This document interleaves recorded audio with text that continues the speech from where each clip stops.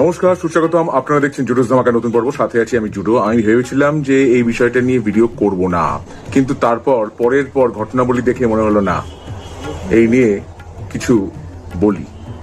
গতকাল জিও80 ট্যুর, সেই উপলক্ষে কলকাতায় এসেছিলেন LM10 লিওনেল মেসি। এবং আমরা সবাই জানি সব খেলার সেরা বাঙালির তুমি ফুটবল। ফুটবল মানে বাঙালি, বাঙালি মানে ফুটবল। এবং ভারতবর্ষে ফুটবল মানে প্রথমে যে দুটি দলের নাম মনে আসে, মোহনবাগান ইস্ট বেঙ্গল বা ইস্ট বেঙ্গল মোহনবাগান, যেভাবে আপনারা বলুন। সেই শহরে কল্লোলিনী কলকাতায় এসে মেসি এখানে আগেও এসেছেন। যে পরিস্থিতি তৈরি হলো তা বাঙালি হিসেবে কোনোদিন কল্পনাও করিনি।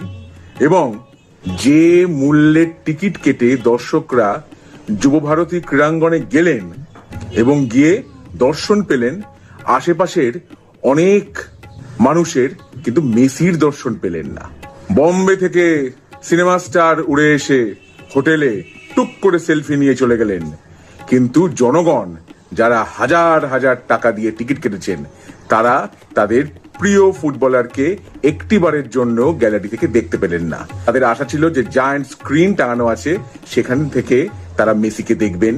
এবং কথা ছিল পেনাল্টি, শুট আউট ইত্যাদির। মেসির সঙ্গে আরো দুই বিখ্যাত ফুটবলার এসেছিলেন, ডি পল এবং লুইস সুয়ারেজ। কিন্তু তাদের কাউকে দেখতে পাওয়া গেল না। দেখতে পাওয়া গেল রাজনৈতিক ব্যক্তিত্ব, সিনেমার সঙ্গে যুক্ত কিছু মানুষ, তাদেরকেই দেখতে পাওয়া গেল। এবং তারপরে চলল চূড়ান্ত ভাঙচুর। হ্যাঁ, ভাঙচুর যে লেভেলে হয়েছে সেইটা করা উচিত হয়নি। বাঙালি হিসেবে আমি সেটা সমর্থন করি না, কিন্তু ভাঙচুরের কারণ যেটা হয়েছে সেইটার পরিপ্রেক্ষিতে এই ভাঙচুরটা কি হওয়ার ছিল না? হাজার হাজার টাকা দিয়ে টিকিট কেটে মানুষ দেখলো নেতা মন্ত্রীদের। অন্যদিকে তারপরে যখন সন্ধেবেলা হায়দ্রাবাদে গেলেন মেসি, তেলেঙ্গানার মুখ্যমন্ত্রী রেবন্ত রেড্ডির সঙ্গে একটু ফুটবলও খেললেন স্টেডিয়ামে। পরবর্তীকালে রাহুল গান্ধী এলেন, মাঠের মধ্যে শান্তভাবে মেসি ঘুরলেন, মেসিকে দর্শকরা দেখলেন, দেখে আনন্দিত হলেন। মেসি আজকে চলে গেছেন মুম্বাইতে, দিল্লিতেও এরপরে যাবেন। এবং এই সব জায়গাতেও আশা করব হায়দ্রাবাদের মতোই পরিস্থিতি তৈরি হবে। সচিন তেন্ডুলকার, রোহিত শর্মা, তাদের সঙ্গেও সাক্ষাতের কথা আছে তার। মহেন্দ্র সিং ধোনির সঙ্গেও সাক্ষাৎ হতে পারে। কিন্তু আমাদের এখানে সেসব কিছুই হলো না।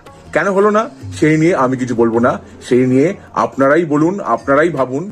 হ্যাঁ, এখন আমার ভাবতে ভালো লাগছে যে আমি টিকিট কেটে ওই সময় ওই মুহূর্তে যুবভারতী ক্রীড়াঙ্গনে উপস্থিত ছিলাম না।